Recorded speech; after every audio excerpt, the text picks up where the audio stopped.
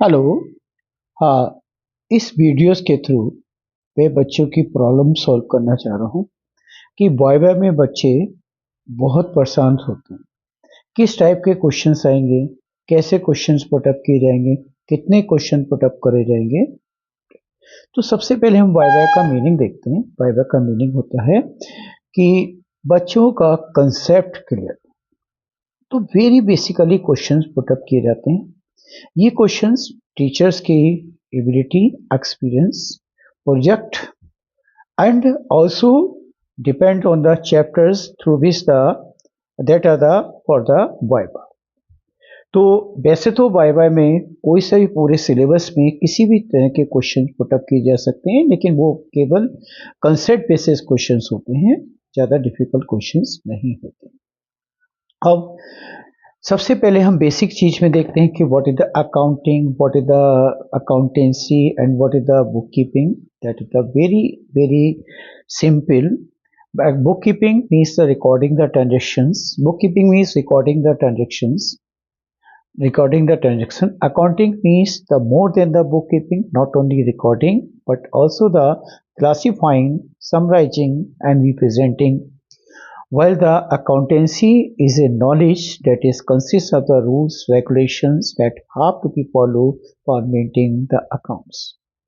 अब अगर हमें प्रोजेक्ट के रूप में journal entries, ledger, final account दिया है तो इसके ऊपर क्वेश्चंस पुटअप किया जा सकता है।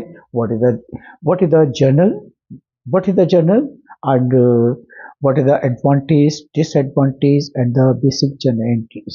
तो journal that is the very first book of account where the day to day transactions are recorded, only monetary transactions are recorded.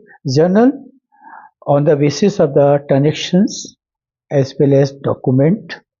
Journal only record the transactions, but we cannot find the out any informations from the record. It is recorded only. Journals जब हम बनाते हैं तो journal का purpose यही होता है कि हम ट्रांजेक्शन को, बेसिस ट्रांजेक्शन को कौन से रिकॉर्ड करें, जर्नल एंट्रीज बनाए। अब जर्नल एंट्रीज में ड्रॉबैक ये हो सकता है, नॉन मॉनेटरी ट्रांजेक्शन रिकॉर्ड नहीं करे जाते हैं, किसी और इंफॉर्मेशन को हम फाइंड आउट नहीं कर सकते हैं। अब जर्नल में कुछ बेसिक एंट्री पूछी जा सकते हैं, जैसे इनकम टैक्स पेड है, डेप्रिसिएशन चार्ज है, इंटरेस्ट ऑन ड्राइंग है, इंटरेस्ट ऑन कैपिटल है, प्रीपेड रेंट है, आउटस्टैंडिंग है। इस तरह की कुछ बेसिक एंट्रीज पूछी जा सकती हैं, जैसे good destroy in fire, good destroy in flood. तो गुड डिस्ट्रॉय इन फायर, तो loss by fire account debit to purchase. Okay.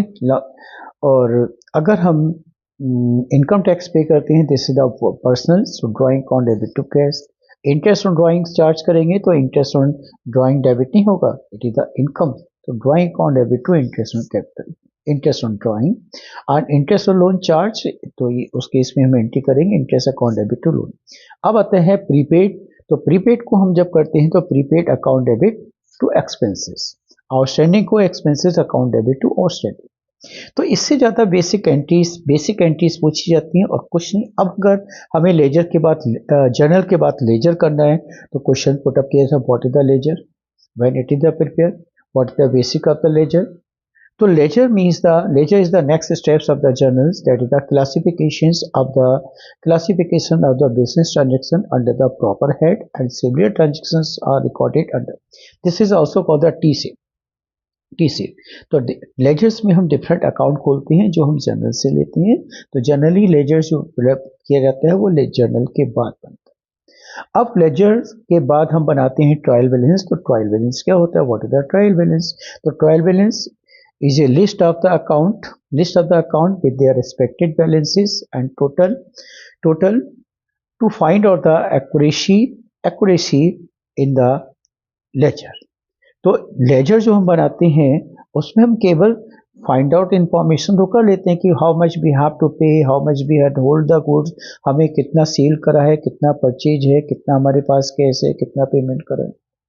Laser तो बन जाते हैं इसमें, लेकिन अब ये हमारे लेजर सही हैं या गलत हैं तो इनको हम वेरीफाई करते हैं by preparing the trial balance. तो trial balance nothing, only the list of account ये दो तरह से बनाया जाता है, एक टोटल बेसिस पे बनाते हैं, एक बैलेंसेस बेसिस पे बनाते हैं।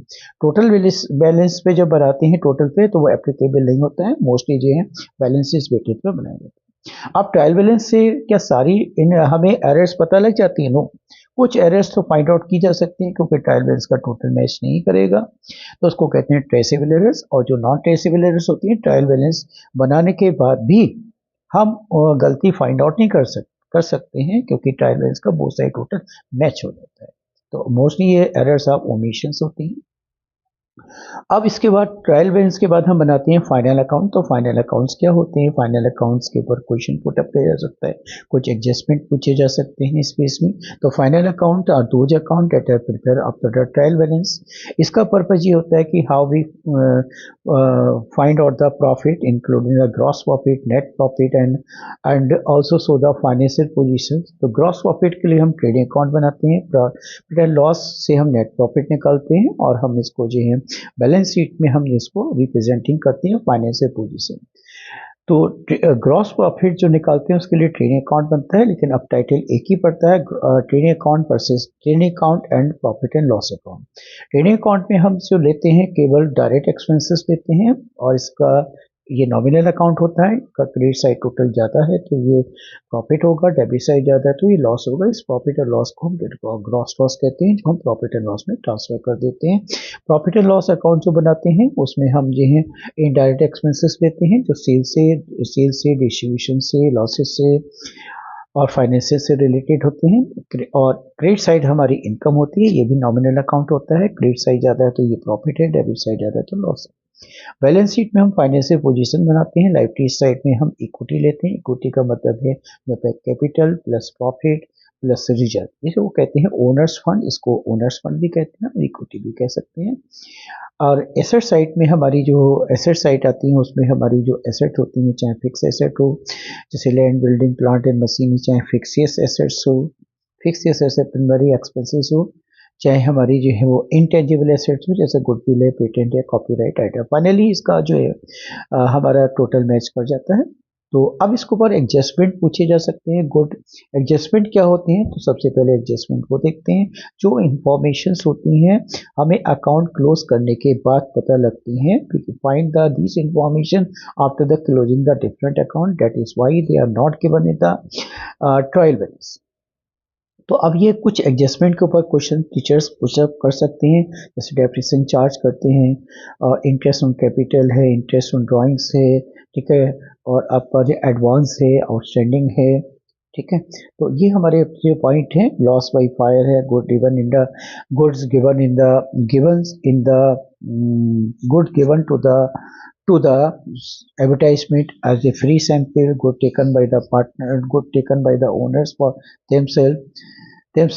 तो यहाँ पे अगर हम परचेज की बात करते हैं, तो अगर गुड्स परचेज में चाहे हमारा लॉस हो, चाहे हम पर्सनल यूज के लिए लें, चाहे हमारा जो है वो फ्री सैंपल में परचेज में से माइनस करेंगे।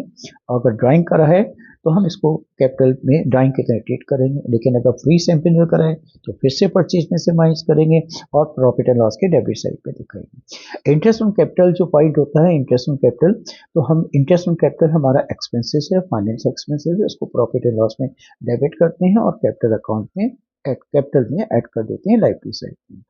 ओके, तो इसमें आपको ज़्यादा प्रॉब्लम्स नहीं आएंगी, क्योंकि बेसिकली बहुत ही सिंपल से पॉइंट पूछे जाते हैं।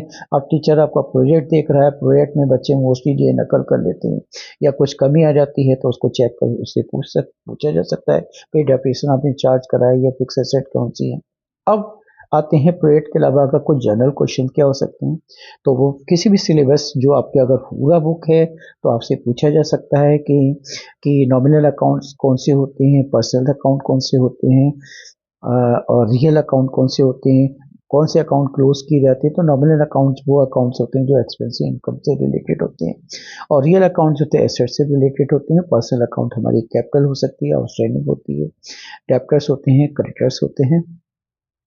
फिक्सियस एसेट क्या होती हैं? फिक्सियस एसेट्स जो होती है यार, इंटेंजिबल एसेट्स क्या होती हैं? इंटेंजिबल एसेट्स होती हैं, पेटेंट है, कॉपीराइट है, ट्रेडमार्क है, ये भी एक तरह की फिक्स एसेट होती हैं, लेकिन ये इंटेंजिबल होती हैं क्योंकि फिजिकली हम इसको सी नहीं कर सकते।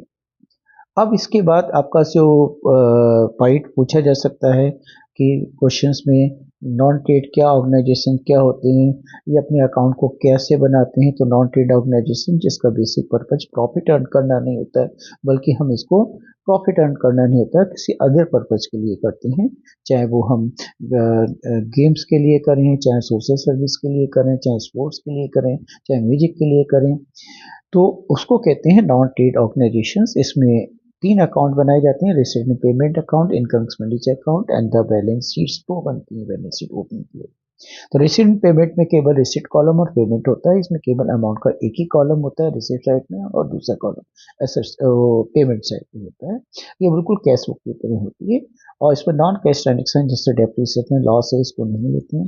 इनकम एक्सपेंडिचर बिल्कुल प्रॉफिट एंड लॉस की तरह होता है, इसमें केवल करंट ईयर के रेवेन्यू आइटम देते हैं। जैसे अगर इनकम है तो उनको हम इनकम साइड में दिखाएंगे, और अगर एक्सपेंसेस है तो एक्सपेंडिचर साइड में दिखाएंगे। अब एक्सपेंडिचर चाहे हमारे रेवेन्यू एक्सपेंसेस को लेते हैं, और कैपिटलाइज को हम नहीं लेते हैं। अगर सब्सक्रिप्शन हमारा स्पेशल है तो हम लाइटली साइड में लेंगे, और ऑर्डिनरी है तो हम रेवेन्यू में लेंगे, इनकम साइड में लेंगे। और अगर इसमें जो प्रॉफिट और लॉस नहीं होता है, इसमें होता है सरप्लस। अगर इनकम ज़्यादा है तो उसको सरप्लस कहते हैं, और इसको जो है अगर एक्सपेंडिचर ज़्यादा है तो उसको डेफिसिट कहते हैं, इसको कैप। और यहाँ पे कैपिटल वर्ड यूज नहीं करते, कैपिटल फंड यूज करते हैं। ओके। रेक्टिफिकेशंस क्या है, कितनी तरह की रेक्टिफिकेशंस होती हैं, उनके एग्जाम्पल पूछे सकते हैं। तो रेक्टिफिकेशन में errors in drafting the journal, तो ये जर्नल में गलती हो सकती है, लेजर में गलती हो सकती है, कुछ गलती। तो ये 4 तरह की होती हैं। एक errors of omissions, errors of commission, errors of principle. इसके टीचर्स आपसे मीनिंग पूछ सकते हैं, कोई एग्जाम्पल पूछ सकते हैं, कि कोई आपको जनरेटरी दे दें और फिर इसको कहें कि किस टाइप की एंट्री है। तो इसमें घबराने वाली बात नहीं है। टीचर्स कहीं से भी कोई क्वेश्चन पुटअप कर सकते हैं। अगर उन्होंने सिलेबस में नहीं बताया है तो उनके पास पूरा राइट से कहीं से भी क्वेश्चन पुटअप किया जा सकता है बच्चे की नॉलेज को चेक करने। लेकिन क्वेश्चंस बहुत बेसिक होते हैं, कोई ज़्यादा डिफिकल्ट क्वेश्चन नहीं होते हैं। अब रहा कि अगर आपके स्कूल्स में सब्जेक्ट्स कुछ चैप्टर्स बता दिए हैं, उस चैप्टर से रिलेटेड हो सकते हैं। अगर प्रोजेक्ट बताया तो प्रोजेक्ट के। फिलहाल मैंने इस वीडियो में आपको सारी इंपॉर्टेंट पॉइंट्स बताए हैं। ओके। तो आप घबराने की जरूरत नहीं है, बस यही पॉइंट देख लीजिएगा। ओके।